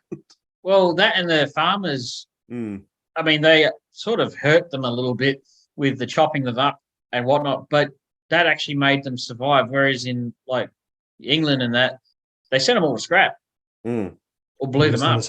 Use them as hard targets and for target practice. But Victoria is like tank heaven. If you want to buy a tank, you go to Victoria. That's where they all are for some reason. Yeah, hopefully not related to Victoria's far right problem, but yeah, who can say it's a big state? But yeah, Centurions and that, they're quite a cheap tank. You could buy a running one for about $150,000. It's not unachievable. You mean you almost buy a Land Rover for that kind of Land Cruiser for that kind of money? You Yeah, gotta figure although out some way to write it off on your taxes, though. It's a tractor. Primary was gonna say, producers, there's- away you go. there's fewer places you can take a Centurion in this world, sadly. Well, I've got a mate in Ballarat who's got a Centurion Arv, and yep. he's got a Scimitar as well. He's currently restoring. Mm. I think Peter and Lottie are actually restoring that one. I think you might have met them too through the Yep. Cairns mod. Mm-hmm. I met them at Cavendish. There was a big auction down there in Victoria, and I had a good chin wag with those two. Put a lot of names to faces, or faces to names at that place. Mm. So they're restoring his Scimitar at the moment. Well, Scimitars, are they road legal in Australia? Because I know in the UK they are road legal. There's a lot of funny YouTube going on with that.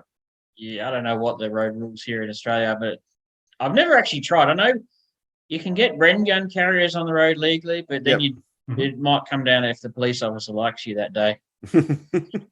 Oh, what if they don't like you? You're in a tank. I've driven Bren gun carriers, and they're horrifying to drive. They are so unfun. If somebody says drive one, say no. You've just ruined my dream of owning a universal carrier, but oh well. I had that discussion with Lottie about that, and we both agreed that they are the most uncomfortable things to drive. And apparently, at the Cairns Museum, it was punishment to drive a Bren gun carrier. Well, we might volunteer next time we're up there. Well, you drive like that. Yeah, the driving position is not ergonomic. Yeah. Yeah, and from what I drove one, the gear stick was under my left knee. Yeah, right. Literally was resting under my knee. I was like, this is ridiculous. Best of British design.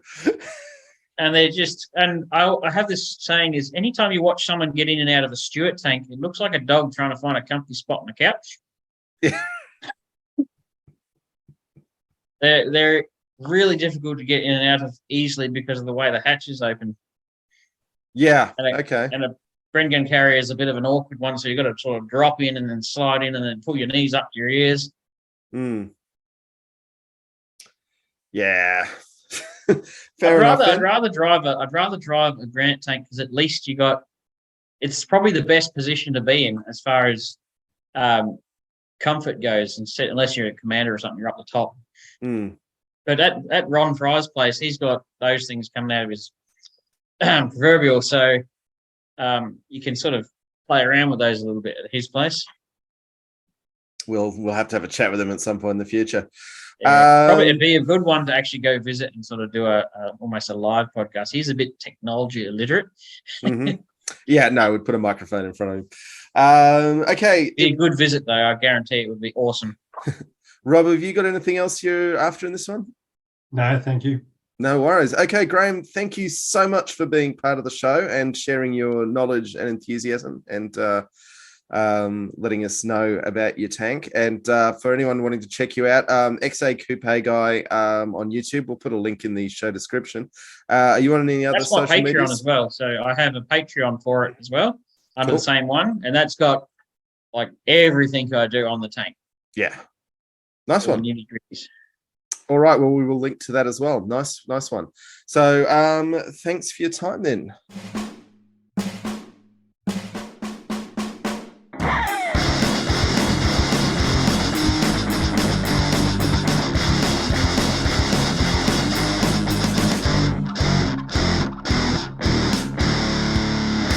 Hope you enjoyed that chat with Graham. For those who are wondering, the engine has turned over. It looked freaking terrifying. Lots of flame bursting out of the twin tailpipes. But he's done a great job of putting it all together. But don't worry, the main thing is the beer tube has been reloaded. And tonight, or this afternoon, John, we have our new beer. Are we moving straight to beer review? Yeah, of course we're moving straight to the beer review. So finish what you got.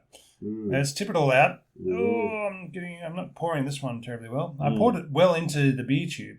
Yes. Well, it's because there's nothing there. It's just water. So, for our M3 Stuart Honey Light Tank M5 American tank, we have Sex in a Canoe. We have Coors. which is 4.2%. So when they say light, they're talking about the carbohydrates, Yep. not the alcohol. So 4.2 is moderately respectable. So as they say on the can, it's called Coors in Australia, but known around the same beer known around the world as Coors Light, and it has 25% less carbohydrates than the leading full-strength international premium beer in Australia. Now, I have known beer brewers to, when people come to them saying, I'd like a low-carb beer, to pour them a beer and say, here's a jelly bean. That's the amount of carbs you've taken out. Anyway, I don't see the point of low-carb beer, and I say that as someone who is diabetic and medicated for it. If you're going to drink beer, just drink beer and enjoy it, in my personal view. I'm gonna have some Coors right now and see what it's like, John. See what it's like. It's very pale, and very watery in colour. I mean, we've been drinking not a great beer. We've been drinking VB. Yeah, which, as I said, not a great beer. No, but it is an Australian beer. Yeah, and but I would say a better beer than this. I mean, our taste buds have been refined to VB and lagers like it. The big issue is a bad lager, a distinguishing feature in the tasting notes that the international beer judges look for, is what is called the taste of wet cardboard. And cold, lagered, filtered, packaged. I think packaged is the main point. It's mostly packaged. This beer has enormous notes of wet cardboard. But we do have a beer tube full of it, and we're going to drink We'll it. drink it. I mean, it's not that bad. It's fine. You know, if I walk into a bar and I'm enjoying the company of the people in it, I'm enjoying your company, John. So I'm going to drink this beer with you. I mean, you're a bit disappointing, but I'll make do. It's not the first time I've heard that one, but I'll live with it.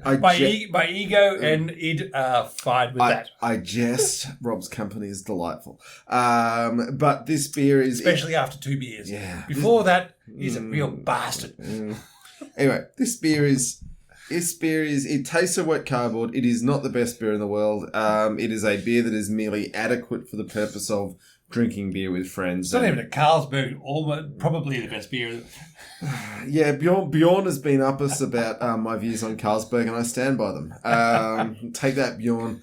All right, Alan's made a few points about the 100 Hours War in between El Salvador and Honduras. Yes, it was the last use and only known use of P-51s fighting F-4 Corsairs, and the last use of World War II prop planes in an international conflict, I believe. 1969. So, yep, thank you for that. Oh, now I need to change the slideshow. We're on to new things, boys and girls. Yeah, turns out I was wrong. I was wrong. Last episode, I let the NAFO idiots on Twitter get me excited that the Battle around Bakhmut was a cunning Ukrainian plan to re-implement the Battle of Stalingrad. And no, Ukraine lost Bakhmut, and Rob was completely correct when he said it was just a bunch of light feints and nothing more. So I was wrong, and I'm willing to be a person who says I'm wrong when I'm wrong. So there you go. On to other things that have happened in the world. Yep. Which one do you want to tackle, Rob? We've got quite the slideshow behind us for this one. I mean, let's stick with Ukraine, and we've got, the counterattack happening at the moment. My thoughts and speculations and navel gazings and seeing what I can see at the bottom of a beer glass says that the Ukrainians at the moment are still probing.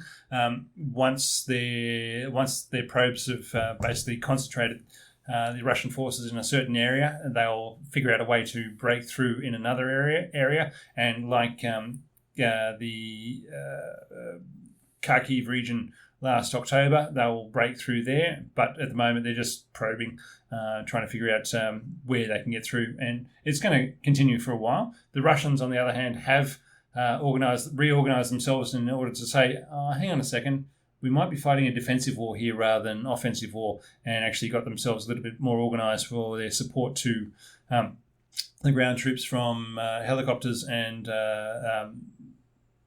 and their tactical bombers. However, I still personally believe that when the breakthrough comes, all those air assets will bugger off out of there before they get overrun by fast-moving Ukrainian columns breaking through a breakout point in the lines, and they won't be able to stop them. So, but that'll be a little while coming. It's not going to be. The Ukrainians are not going to go for the grind that the Russians were quite happy to do to take Bakhmut. They'll basically probe until they find a weakness, and then when they break through, they'll spread out and cause havoc. That's my, as I said, totally. So 4 beers, 5 beers, however many beers, speculation. In we're going. I think the thing that people need to remember that perhaps don't is that it could be this Ukrainian offensive is going to peter out and be a humiliating failure. That is a possibility. It is not complete. It hasn't culminated. We don't know. It could also be that they are going to stretch the Russians and then have a major breakout and demolish them. At the time of recording, we don't know that either. And this is kind of the problem with people who are saying, because the war has, they haven't pushed the Russians over the border today, the whole thing is a waste of time. They are wrong. But also the people who are saying, superior Western equipment is superior and everything is going to be great. They're not right either. We do not know, and as we've witnessed the last week, or last fortnight, the Leopard 2A6 is hitting landmines and getting blown up. Oh, what a shit! Well, anyone who watched any of the wars of the last 20 years knows that leopards can be destroyed. If you're expecting leopards to be invulnerable, you do not know what you're talking about. But the crew's probably survived. To what extent the crew survived is hotly contested. There are so many lies being spread by lots of people who are pro-Ukraine, people who are pro-Russia. I am not willing to be a pro-Ukrainian or a pro-Russian. I am a person who hopes that we can end this conflict as quickly as possible and not nuke the world. Yeah, not resort to nuclear weapon use would be nice. Even though Putin has moved them into Belarus, but I bet they're not under Belarusian control. The really interesting thing about potential Russian use of nukes is it is almost certain that most of the Russian nukes won't work because they haven't been maintained, and any money for maintenance has been stolen. I would not gamble my life on none of those weapons working, though. No. So that's a real tough one because they were built to survive the Soviet era. So basically, that's what you're looking at. But one of the other things is they have blown up the dam. Kharkova Dam. Anyway, it was on the Dnieper River. That's basically drained the water from around the Zaporizhzhia nuclear power plant. So there's water still there. But a lot of people are having opinions on this, and I have to say that if you are fighting a war, blowing up a dam at an appropriate moment, that is fighting a war. War is hell. It may or may not be a war crime, and people may or may not get prosecuted for it. But if I was a commander, the Kharkova Dam, if I was fighting a war and I was a commander, it is something I might do. You're basically taking away an avenue of advance. However, and the Ukrainians have had to spend an enormous amount of executive function in the Kyiv governments, to deal with evacuating people, and so this is. However, they have a functional effect. In order to show that it wasn't as much of an effect as the Russians might have liked, they have been putting troops across the river right beside the dam in the last couple of days. And so they're showing that, look, we can deploy troops wherever we feel like, even if you think to yourselves that you've just blocked off that avenue of attack around Kherson and upstream from there.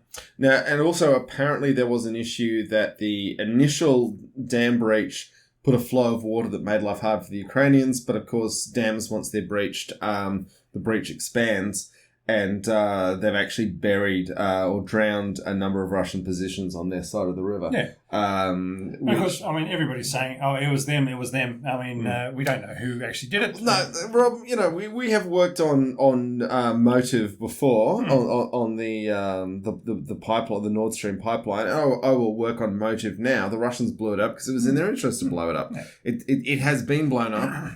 one side had the motive to blow it up, I'm going to say it was them. Yeah.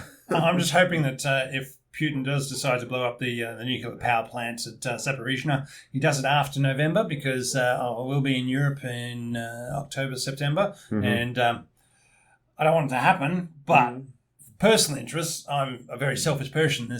Take your calcium pills. Yeah, I'm a very selfish person in this regard. After I'm being there, thanks very much. Yes. I'm not going to the rugby with Rob because I can't afford it. Because he bought a house. Anyway, let's move on. There's been some interesting discussion that the Russian Ka-52 helicopters, the Crocodiles, are really causing some havoc in the Ukrainian forces. And partly this is because the Ukrainians haven't moved their anti-aircraft defenses forward. In the early stages of the war, helicopters were way less influential than people thought they were going to be. And the reason was that they are so easy to shoot down. But it's also a lot of technical coordination between organisations, because your helicopters don't belong with your armour or your infantry or your airborne forces. They're part of their own organisation, and therefore, when you're trying to organise all those things, there is a lot more bureaucracy and organisational inertia between the things. And look, realistically, what I feel that the Russians have figured out now is that because they're in a defensive war, that trying to contain any sort of Ukrainian breakout, it's much easier for them than when they're going on the advance and providing helicopters in the advance in support of armour and infantry and all the logistics going forward. Whereas now it's a case of, right, your job is to fly over there and shoot anything that is coming forward. That's a really easy job, and there's no coordination required. It's just they've been given patrol areas to work with. So that's why they're more effective. They weren't stationed around Kharkiv when the advance happened last October, September.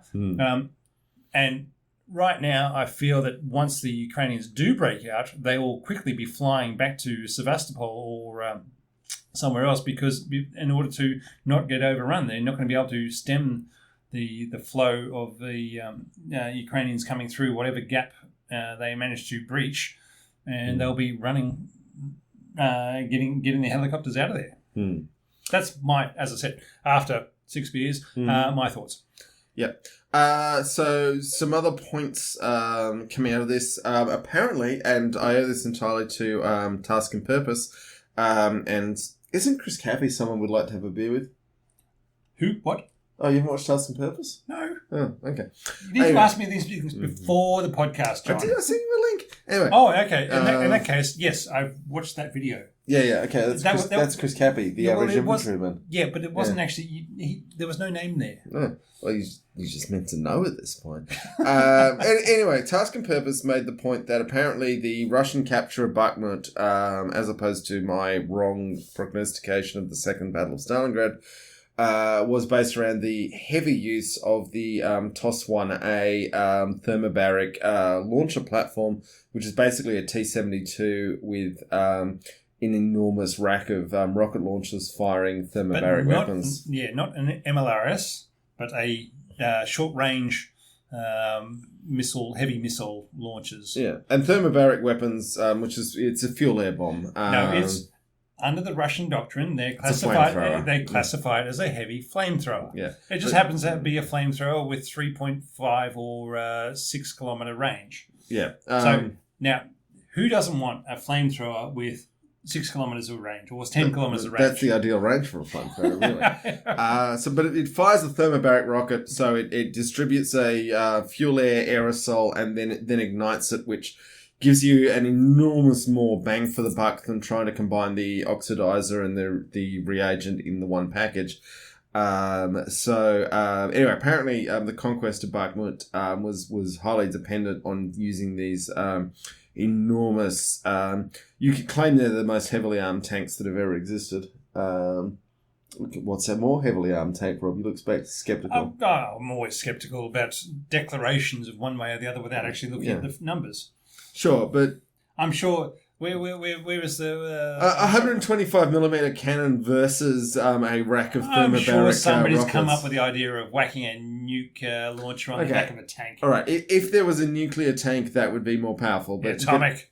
But absent... Centurion Atomic has survived a nuke. Yeah. It's called the atomic tank. Yeah.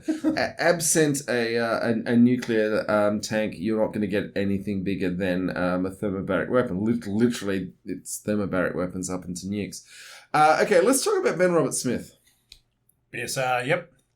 He's huge. Yeah, he's really big. And the fact that the Afghani machine gunners, when he was charging their positions, did not see him is always astounding to me.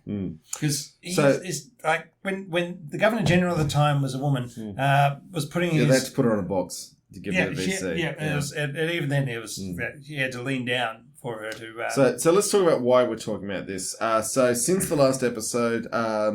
a man who is described at times as Australia's most decorated soldier, which I keep coming back with. Keith Payne is still alive.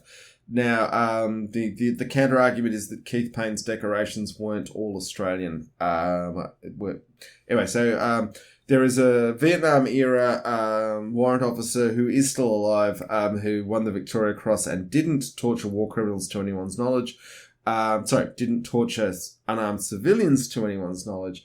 And then there's Ben Roberts-Smith, who looks really good in a beret, and his dad is a major general, and but is a corporal, and he was awarded the Victoria Cross and has, in the findings of Justice Bosanko, murdered at least 4 people. And as is in the slideshow for those on the video feed, he's Australian Special Air Service soldiers. Yeah, just for those corporal. who don't know. Yeah, and they took the prosthetic leg from a man they murdered and turned it into a beer glass and are still worth drinking from it. It's the shoey and or the boot is an Australian tradition, and to expand that to, it is horrible, but you can see where it comes from. Are you going to die on that hill, Rob? No.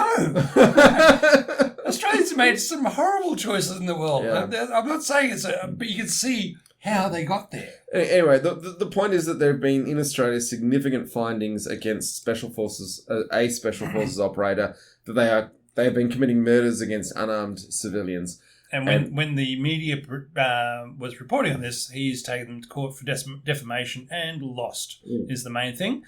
More to the point, there are judicial findings now where we can say with absolute clarity that they have murdered people. And this is a big thing. Just remember, justice in Australia is not blind, because the only person at this stage to be charged for these war crimes that Australian soldiers have carried out is the whistleblower who highlighted that... David McBride. Yeah. That these war crimes have been carried out by Australian soldiers. He's the only person to be charged. He has been fighting... No, we are going to get to whistleblowers in a big way, because Daniel Ellsberg died today. Yep. There has been... I will not die on that hill. Yeah, there has been one SAS soldier charged in March this year. Yes. But there are many more. Apparently, the Office of Investigation that's doing this has had to double its number of staff to 200 people in the last 12 months. So this is not good. There will be more, but the good thing is, we are trying. That's the bad thing is that it was still the only person who's being prosecuted is the whistleblower. David McBride. Yeah, but just I would also just give me one moment here. It is entirely worthy of discussion that in the defamation case that Ben Roberts-Smith lost, that gave these findings of fact to us, there were a number of soldiers in the Special Air Service Regiment who gave evidence against him. And it's probably been overdone with people saying, well, this shows that the regiment still has its moral courage, because they allowed these things to happen for a very long time. But you've got to give them the extenuating circumstance that these people have come forward and been willing to give evidence, particularly with the whole code of silence and the enormous amount of witness intimidation that Roberts-Smith has been found guilty of attempting. To my mind, I mean, the big aspect of it is it was 20 years of warfare, and you can be good for so long before institutions set in and basically people, the nature of people under pressure goes bad, and that happened. You can be good for the first 5 years, you can be good for the first 6 years, and then whenever it happens, the culture changes and things go bad because you've been forced into a bad situation, and people make bad choices because that they're stuck in that environment. I would also say special forces in the US and in the UK are all facing the same challenging accusations. This isn't just Australia, although the Brereton report, just look it up, folks, if you want to. Highly recommend you look it up. Did show that we've actually had a pattern of behaviour going at least back to the Vietnam War, with Australian soldiers carrying around enemy weapons just so that when they murder people, they can throw the weapons. Yeah, throw the weapons on their victims. And now they just have to have a radio and take a photo and say, "Oh, they were armed." They had a radio. Yeah. Nowadays, it's just a radio. If you could have a throwdown radio, and you can say, "Yep, they had a radio, therefore they were an enemy combatant because they could call in whatever." Yeah. But look, as I say, it is a indictment on Australian justice system that the only person who, besides one other soldier who has been indicted, is the David McBride, the lawyer for. He was a defence lawyer. He was an army lawyer. He was an army lawyer. He was deployed over there, and he had basically was given this information. He tried to bring it up all through the right channels, and when nobody would listen to him, nobody would do anything within the Australian government, within the Australian military, he said, right, I'm going to provide this information as a public service to the media, and from that the government has come down trying to smash him out, and basically, as they do with any sort of whistleblower. Now, there are some thoughts that it's because the US government does not want whistleblowers to talk about Australian whistleblowers to do anything, but I also think it's part of our own government. No, I think this is entirely our own people protecting themselves. And let's loop this back to Daniel Ellsberg. This is a really good point. So who has passed away just in the last 24 hours. And at the age of 91? 92, I think. 91, 92. So he lived a long life, and I did love that his family said the best thing about him getting pancreatic cancer that would kill him was that he was allowed to get off his salt-free diet that had been on for 5 years. So he was really enjoying being allowed to eat whatever he wanted to eat. And I found that quite touching myself. So this is a fellow who's working... Who leaked the Pentagon Papers. Yeah, so he was working in the State Department from the 1950s. The statement that I read today was after his first week in South Vietnam in the 1960s, he realised that this war was never going to end, and America was not the good guys. And from there, he slowly started making his way towards being an anti-war person. And come 1969, he started photocopying all the information about what was going on that the government was putting forward to the people versus what they were actually reporting themselves, and going through the various levels of government. And then finally he published that as part of the Pentagon Papers, which helped bring about the end of the Vietnam War for America. Yeah, and the big point he made was that what is in the national interest is not what the people in power in your country will say is in their interest.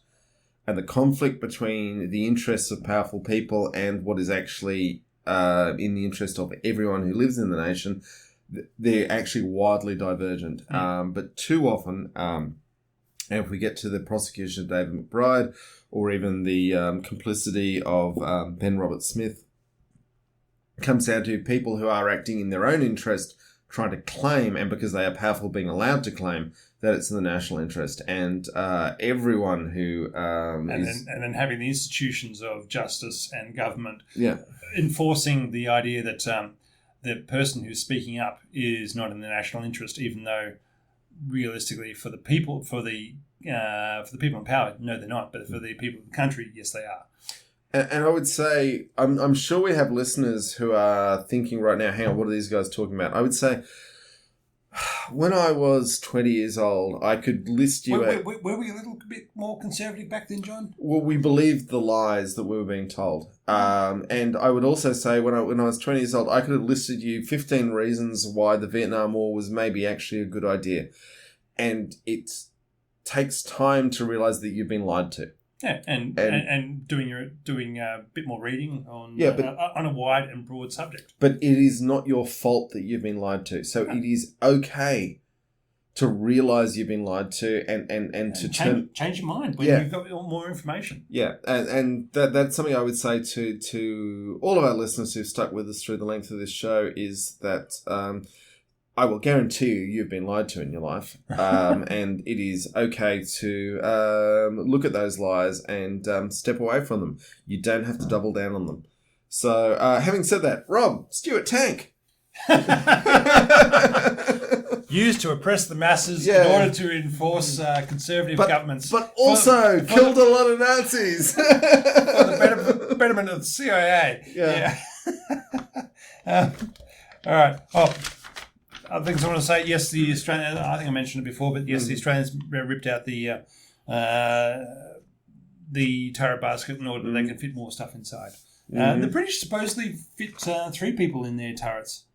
They said the commander needs to be able to do command stuff, and so they forced 3 people, and they ripped out their turret baskets as well. They were very fond of really cramped turrets. I mean, just look at Matilda managing to fit 3 in there. And there was all sorts of speculation. I mean, with the assistant gunner, the bow gunner, their inability to escape the original hull of get out of the hatches of the original M3 because their visions that they're basically their hatch at the front of the tank, you couldn't climb out of that. You had to hope that the turret basket was turned the right way and you can climb out that way. The M5 eventually put a escape hatch in the bottom, and they had better escape hatches than the top for the driver. What assistant drivers? You always think, okay, how does the assistant driver actually assist the driver? In the M5, they actually had proper dual controls. They actually had proper dual controls. There was one of those things. It's a case of they can actually assist the driver rather than just being make the tea and clean the put the oil in the bloody tank. I would say the assistant driver can legitimately, even if you don't have dual controls, just everyone stops for a pee break and you just jump from one seat to the other. Actually, in combat, they actually had dual controls. That they were limited controls, but they were there and they could actually assist. That was the first time I've seen that being an assistant driver, they could actually do something. That's good. Yeah. I think we're done. Okay, folks. Thank you so much, everyone who's watched the live stream. Thank you, everyone who's listened to us on the podcast. Where do we get to with the poll, John? 50-50. Between okay for what it was and it was awesome. It was awesome. That's smashing the... So... I'm actually surprised at that level of divided opinion because I think, given its length into even current service... still working today. Yeah, I mean, it was badly designed. It was too high and it was, poorly armed, but at the same time, it just kept running forever. Yeah. Anywho. All right, thank you all. Take care and we'll see you next month. Next month.